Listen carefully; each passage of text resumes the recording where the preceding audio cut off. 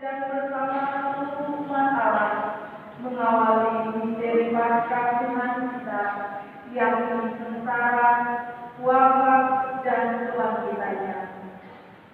Untuk menggenapi misteri inilah Yesus memasuki Yerusalem putranya. Oleh karena itu, marilah dengan penuh iman dan bakti kita mengiringi Tuhan sambil mengenangkan peristiwa yang menyelamatkan ini.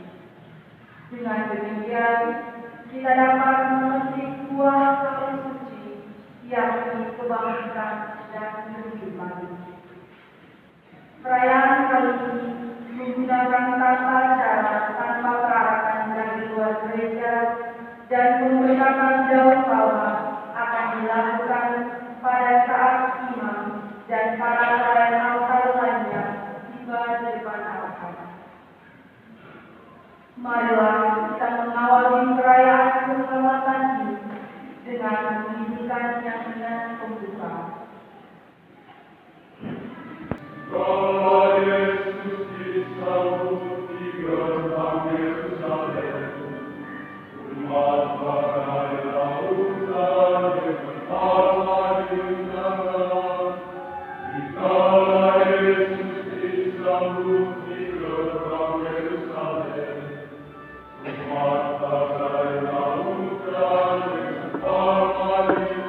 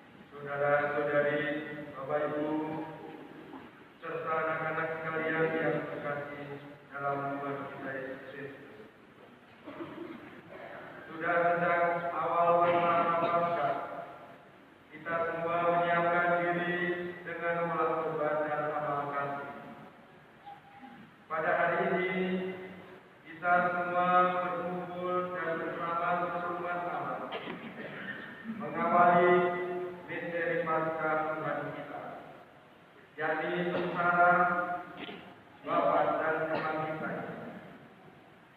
Untuk menggenapi misteri inilah Yesus memasuki kota Yerusalem.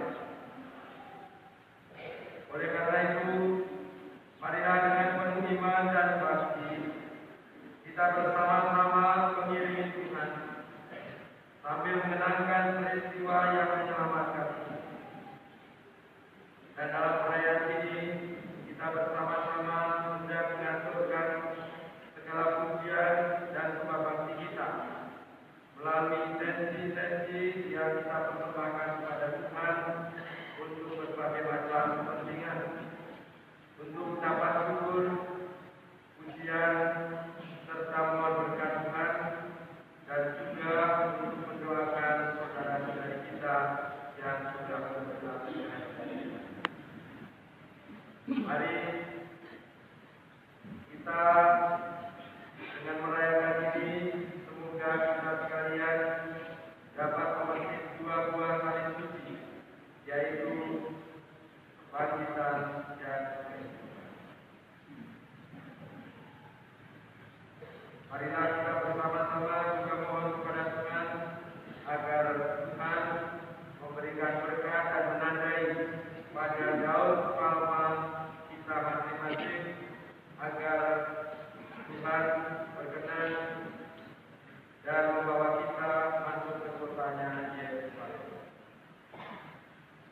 Kita persiapkan diri kita, mari kita lanjutkan dengan upacara pemberkatan daun-daun palma.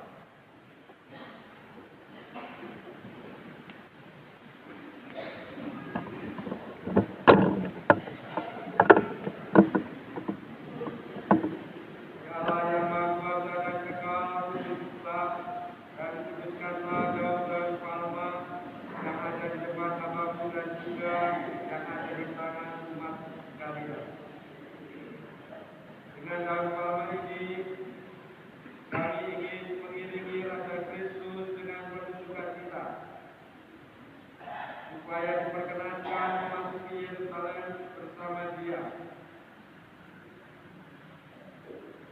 Tambahkanlah iman kami, agar kami dapat berharap padamu, dan dengan senang hati dengarkanlah doa-doa kami.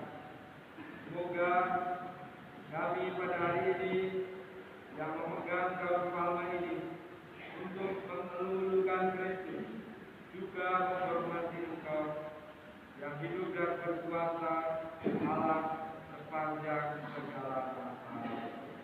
Amin.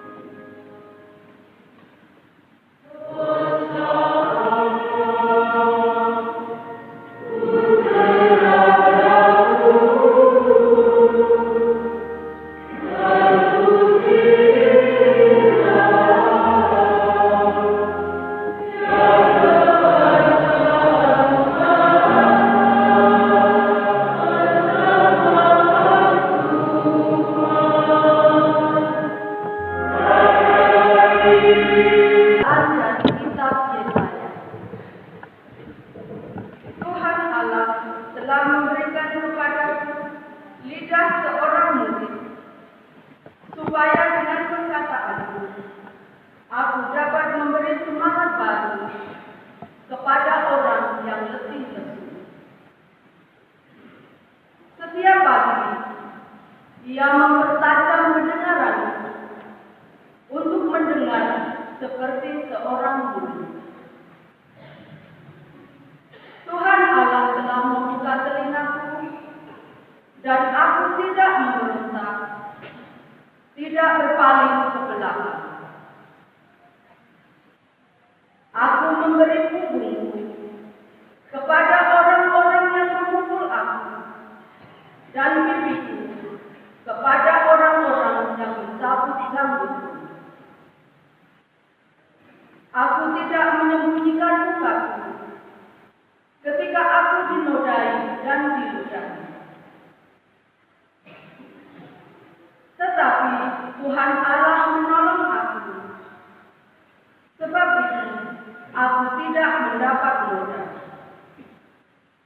Maka aku meneguhkan hatiku seperti keteguhan gunung batu, karena aku tahu bahwa aku tidak akan mendapat malu.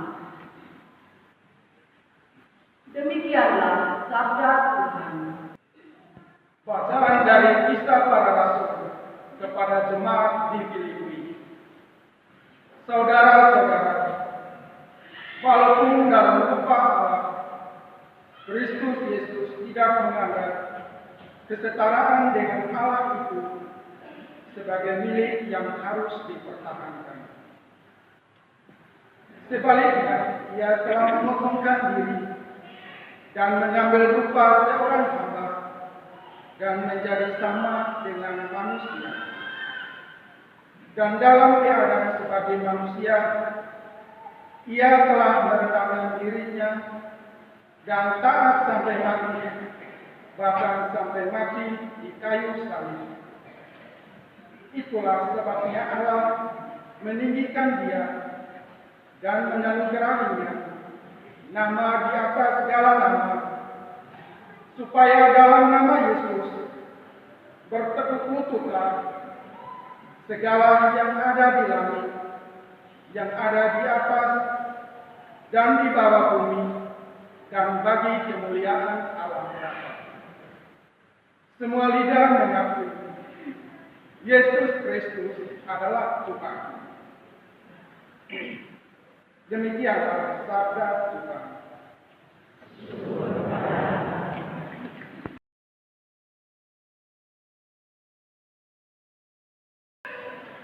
Ia mengenakan jubah kebesaran kepada Yesus, lalu mengirim dia kembali kepada Pilatus. Dan pada hari itu juga bersahabatlah Herodes dan Pilatus yang sebelumnya bermusuhan. Lalu Pilatus mengumpulkan imam-imam kepala serta rakyat dan berkata kepada mereka, Kamu telah membawa orang ini kepadaku sebagai seorang yang menyesatkan rakyat. Kamu lihat sendiri bahwa aku telah memeriksanya, dan dari kesalahan-kesalahan yang kami tuduhkan kepadanya, tidak ada yang kudapati padanya. Herodes pun tidak menemukan kesalahan padanya, sehingga ia mengirimkan dia kembali kepada kami. Sesungguhnya tidak ada suatu apapun yang dilakukannya yang setimpal dengan hukuman mati. Jadi aku akan menghajar dia lalu melepaskannya. sebab Pilatus wajib melepaskan seorang tahanan bagi rakyat pada hari raya itu. Tetapi mereka berteriak bersama-sama, Enyahkanlah dia, lepaskanlah dia Barabas bagi kami. Barabas ini dimasukkan ke dalam penjara berhubung dengan suatu pemberontakan yang telah terjadi di dalam kota dan arena pembunuhan. Sekali lagi, Pilatus berbicara dengan suara keras kepada mereka karena ia ingin melepaskan Yesus. Tetapi mereka berteriak membalasnya, Salibkanlah dia, salibkanlah dia. kata Pilatus untuk ketiga kalinya kepada mereka, Kejahatan apa yang sebenarnya telah dilakukan orang ini? Tidak ada suatu kesalahan pun yang didapati padanya yang setimpal dengan hukuman mati. Jadi aku akan menghajar dia lalu melepaskannya. Tetapi dengan berteriak mereka mendesak dan menuntut supaya Yesus disalibkan. Akhirnya mereka menang dengan teriakan mereka. Lalu Pilatus memutuskan supaya tuntutan mereka dikabulkan. Jadi Pilatus melepaskan Barabas yang dimasukkan ke dalam penjara karena pemberontakan dan pembunuhan itu sesuai dengan tuntutan mereka. Ketika membawa Yesus untuk disalibkan, para serdadu menahan seorang yang bernama Simon dari Kirene yang baru datang dari luar kota, lalu meletakkan salib Yesus di atas bahunya supaya ia memikulnya sambil mengikuti Yesus. tersebar besar orang mengikuti Yesus. Di antaranya banyak perempuan yang menangisi dan meratapi Dia. Yesus berpaling kepada mereka dan berkata, Hai putri-putri Yerusalem, janganlah kamu menangisi aku, melainkan tangisilah dirimu sendiri dan anak-anakmu. Sebab lihat, akan tiba masanya orang berkata, berbahagialah perempuan manggul dan berbahagialah perempuan yang lahirnya tidak pernah melahirkan dan yang tidak pernah menyusui. Maka orang akan mulai berkata kepada gunung-gunung, runtuhlah menimpakan, dan kepada bukit-bukit, timbunilah kami. Sebab jikalau orang berbuat demikian dengan kayu timbun, apakah yang akan terjadi dengan kayu kering? bersama Yesus begitu juga dua orang lain, yaitu dua penjahat, untuk dihukum mati bersama-sama dengan Dia. Ketika mereka sampai di tempat yang bernama Tengkorak, mereka menyalibkan Yesus di situ. Selain Yesus disalibkan, juga kedua orang penjahat itu, yang seorang di sebelah kanannya, yang lain di sebelah kirinya. Ketika bergantung di salib, Yesus berkata, Ya Bapa, ampunilah mereka, sebab mereka tidak tahu apa yang mereka perbuat. dan mereka membuat undi untuk membagi pakaian Yesus. Orang banyak berdiri di situ dan melihat semuanya. Pemimpin-pemimpin mengejek Yesus, katanya, Orang lain ia selamatkan. Biarlah sekarang ia menyelamatkan dirinya sendiri, jika ia adalah Mesias, orang yang dipilih Allah. juga prajurit-prajurit mengolok-olokkan Dia. Mereka menunjukkan anggur asap kepadanya dan berkata, Jika engkau adalah Raja orang Yahudi, selamatkanlah dirimu. ada juga tulisan di atas kepalanya, inilah Raja orang Yahudi. Salah seorang dari penjahat yang disambut itu menghujat Yesus, katanya, Bukankah engkau adalah Kristus? Selamatkanlah dirimu dan kami. tetapi penjahat yang seorang lagi menuntut Dia, katanya, Tidakkah engkau tahu jika tidak kepada Allah bahwa engkau menerima hukuman yang sama? Kita memang selayaknya dihukum, sebab kita menerima balasan yang setimpal dengan perbuatan kita. Tetapi orang ini tidak berbuat sesuatu yang salah. Lalu Ia berkata kepada Yesus, Yesus, ingatlah akan aku apabila engkau datang sebagai Raja. kata Yesus kepadanya, Aku berkata kepadamu, sesungguhnya hari ini juga engkau akan bersama-sama dengan aku di dalam Firdaus.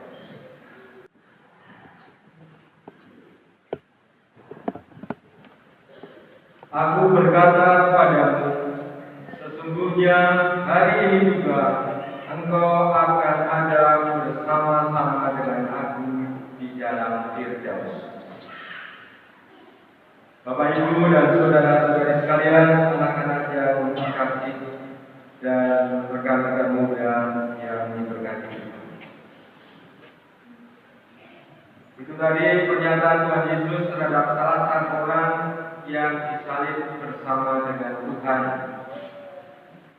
Pernyataan Tuhan Yesus mau mengatakan kepada kita bahwa setiap orang yang mau dan menjadi hamba Tuhan kembali kepadanya, walaupun di dalam kehidupannya terjadi berbagai macam kesulitan dan juga tantangan hidup.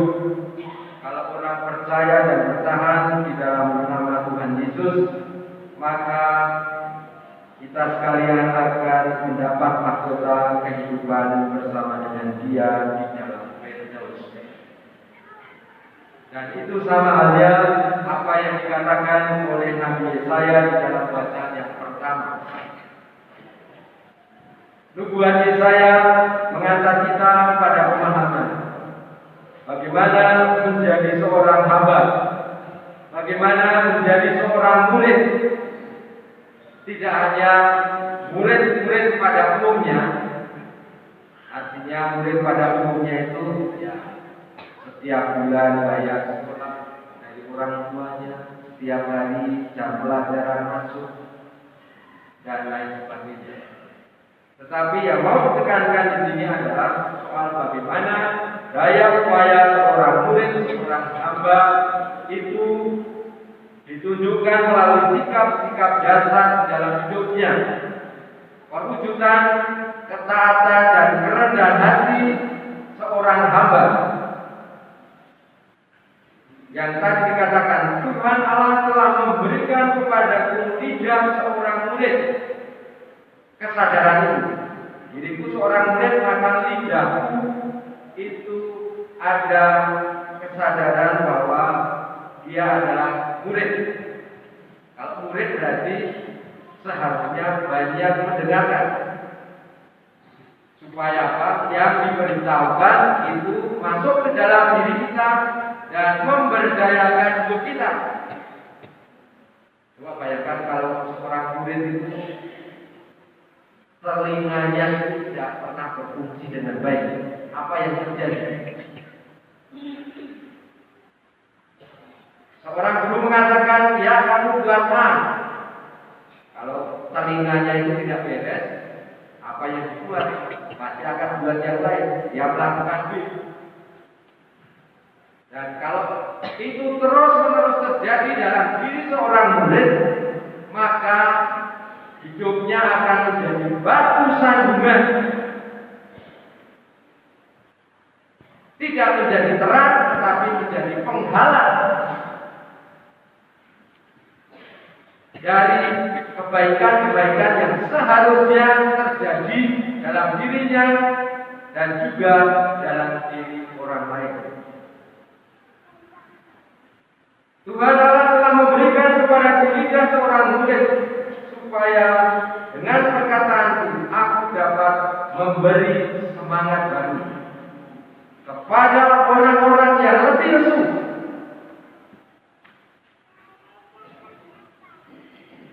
Setiap pagi dia mempertajam pendengaranku untuk mendengarkan seperti seorang murid.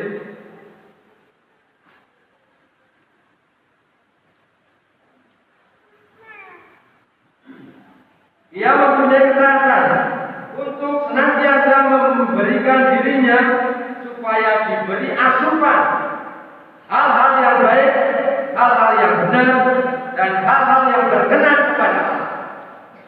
Dan supaya tadi yang dikatakan supaya bisa memberikan semangat baru kepada mereka yang dihadapinya dalam keadaan yang letih lesu, keterputusasaan, tidak tahu atau mengalami kebingungan dan lain sebagainya.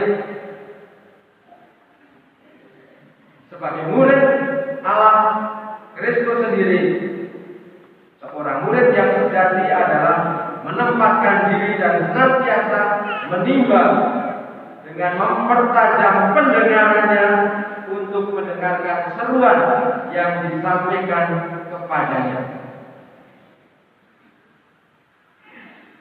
Tuhan Allah telah membuka telingaku dan aku tidak memberontak. Ini adalah salah satu sikap yang paling dasar. Kalau orang tidak mengerti kemudian diberitahu, berarti dia mengangguk, berarti sadar bahwa oh ini sesuatu yang keliru yang saya perbuat. Maka ketika orang memberikan tahu bahwa itu tidak baik, itu tidak benar, tidak pas, maka orang akan mengatakan terima kasih.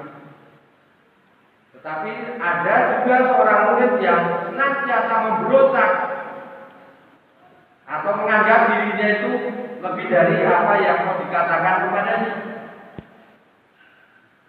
Kalau seorang murid mempunyai sikap dasar seperti itu, maka murid itu biasanya jumlahnya lebih besar daripada gurunya. Apa yang terjadi? Dunia akan kacau. kehidupan akan berantakan, dan persaudaraan dan kehidupan pada umumnya juga tidak akan bisa termasuk. Kemudian ditunjukkan murid yang sejati, hamba Yahweh itu, aku memberi punggungku kepada orang-orang yang memukul aku, menyerahkan diri.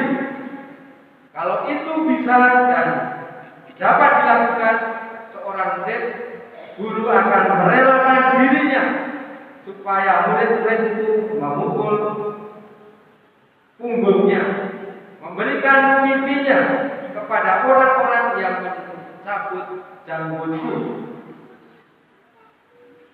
Penyerah diri, pelayanan yang total, pemberian diri yang tulus, agar apa? Tujuan dari komunitas itu dapat terlaksana dengan baik.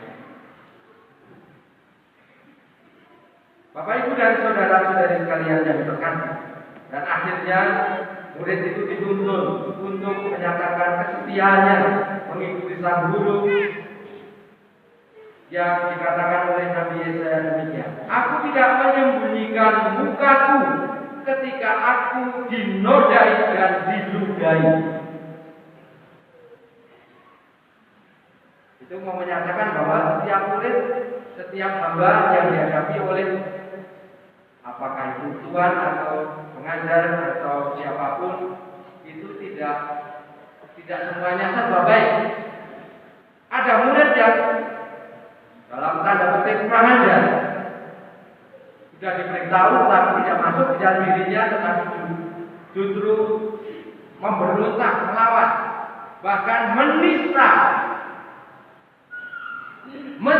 gurunya dengan perkataan, dengan perbuatan, atau lontaran-lontaran yang sering diungkapkan entah melalui berbagai cara supaya gurunya itu mendapat malu, mendapat nista, dan yang terakhir akhirnya diserta dan diludahi. Bapak, Ibu, dan saudara-saudari sekalian yang terkasih, nubuat Yesaya tadi mengajak kita kepada pengertian bahwa itulah yang dilakukan oleh Tuhan kita Yesus Kristus. Seorang hamba akan menjadi hamba walaupun posisinya di dalam bacaan yang kedua itu. Kristus walaupun dalam berupa Allah, Kristus Yesus tidak menganggap kesetaraan dengan Allah itu sebagai milik yang harus dipertahankan. Sebaliknya, ia telah mengosongkan diri dan mengambil rupa seorang hamba, sama seperti dengan manusia. Hanya sekali manusia ini tidak sadar diri bahwa Tuhan Allah saja mampu untuk merendahkan dan menyamakan diri dengan manusia. Tetapi ketika sudah sama dengan manusia, memang manusia yang dibela-bela ini kemudian hanya menonton, sebagai penonton yang pasif dan juga sebagai komentator yang ulu di dalam mengomentari apa yang dilakukan oleh Tuhan atas hidup kita.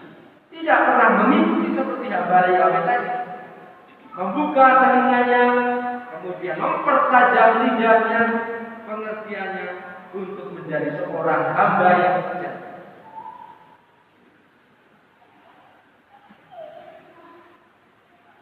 Dan itulah kemudian gambaran yang diberikan tertuju kepada bangsa pilihan, orang-orang Israel dan bangsa Yahudi. Di sinilah letak kesalahpahaman, titik tolak dari apa yang terjadi nanti pada Jumat Agung. Sebagian orang mengatakan bahwa ini adalah orang benar, tetapi para alim ulama, ahli-ahli Taurat bangsa Yahudi merasa, oh itu tidak baik. Ini bukan menjadi tipikal dari keturunan kita. Maka ketika Tuhan Yesus menuju ke Yerusalem, banyak orang bersorak-sorai memuji, Hosana Putra Daud, Hosana Putra Daud, terpujilah engkau.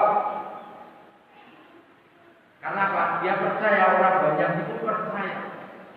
Tetapi orang yang sebenarnya statusnya sama menjadi murid, menjadi hamba Yahweh, tetapi tidak berhasil untuk membawa dirinya menjadi hamba yang setia, hamba Yahweh yang baik, maka muncullah suatu pertentangan di dalam kelompok itu.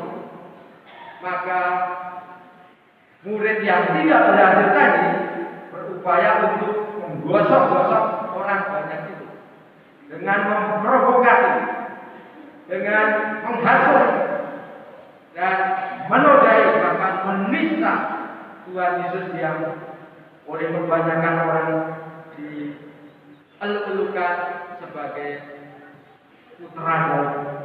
Hosana Putra Daud, terpujilah engkau. Yaitu orang-orang Yahudi atau kelompok orang-orang Yahudi yang tidak bisa menerima Tuhan Yesus.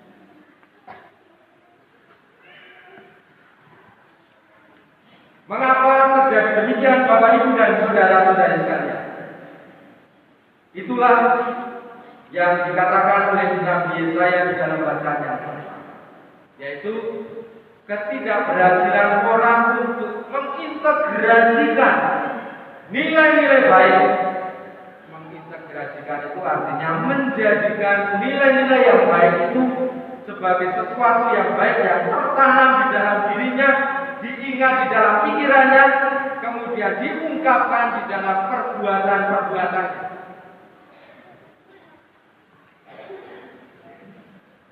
Kalau orang tidak berhasil itu, maka akibatnya apa? Akan membuang atau mengenyangkan, bahkan akan berujung kepada kematian. Karena lidah kita itu lebih tajam daripada pedang.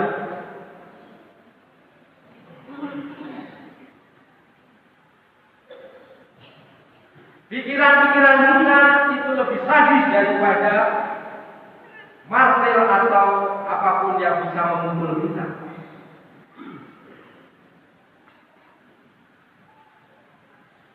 Perkataan-perkataan kita lebih mematikan daripada obat apapun yang ada di bumi ini.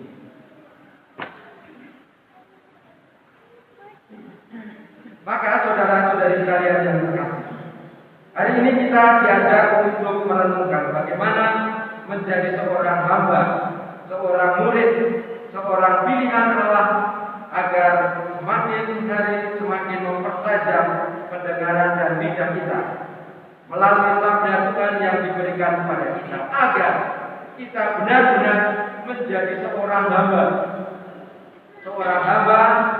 yang tahu apa yang harus dilakukan terhadap tuannya, seorang hamba yang tahu dan mau melaksanakan apa yang diperintahkan oleh tuannya, agar hidup hariannya sebagai hamba itu menjadi semakin jelas bahwa posisi kita adalah mengabdi kepada Sang Tuhan yang tidak lain bukan adalah seorang atau pribadi yang memberikan kemungkinan besar untuk hidup kita. Dan itulah kemudian yang dikatakan Tuhan Yesus ketika berada di kisah sengsara tadi, di dalam Mazmur tadi. Akhirnya Tuhan Yesus menjanjikan, aku berkata kepadamu, sesungguhnya hari ini juga engkau akan bersama-sama dengan aku di dalam Firdaus. Catatan akhirnya adalah Firdaus diberikan kepada seorang hamba yang taat dan setia kepada apa yang dikatakan oleh Tuhannya. Tuhan memberkati kita.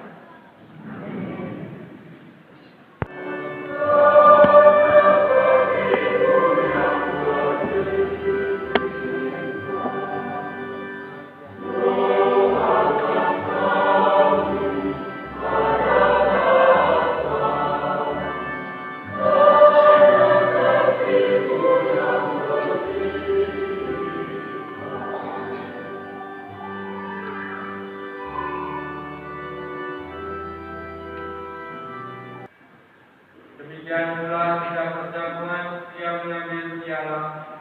Sekali lagi dia mengucap syukur kepadamu, memberikannya kepada murid-muridnya, seraya berkata, terimalah dan minumlah kamu semua. Inilah piala darahku, darah perjanjian baru dan kekal, yang ditumpahkan bagimu dan bagi semua orang demi pengampunan dosa. Lakukanlah ini sebagai kenangan akan aku.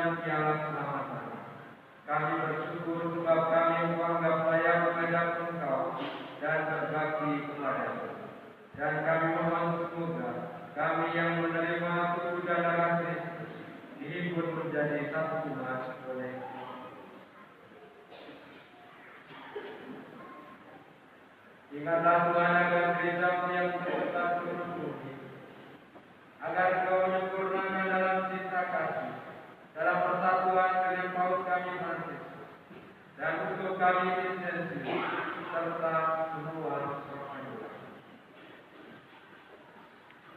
Ya Bapa, kami persembahkan kepadamu segala intensi dan doa-doa kami untuk berbagai macam kepentingan dari hamba-hamba. Semoga Engkau mengikut sertakan kami semua di dalam kerajaan melalui perjalanan Tuhan kami Yesus Kristus yang hari ini memasuki kota Yerusalem. Ingatlah juga akan saudara-saudari kami yang telah meninggal dengan harapan akan bangkit, dan akan semua orang yang telah berpulang dalam kerajaan-Mu, dan terimalah mereka semua dalam cahaya wajah. Kami mohon, kasihanilah kami semua agar kami berterima dalam kebahagiaan abadi bersama-sama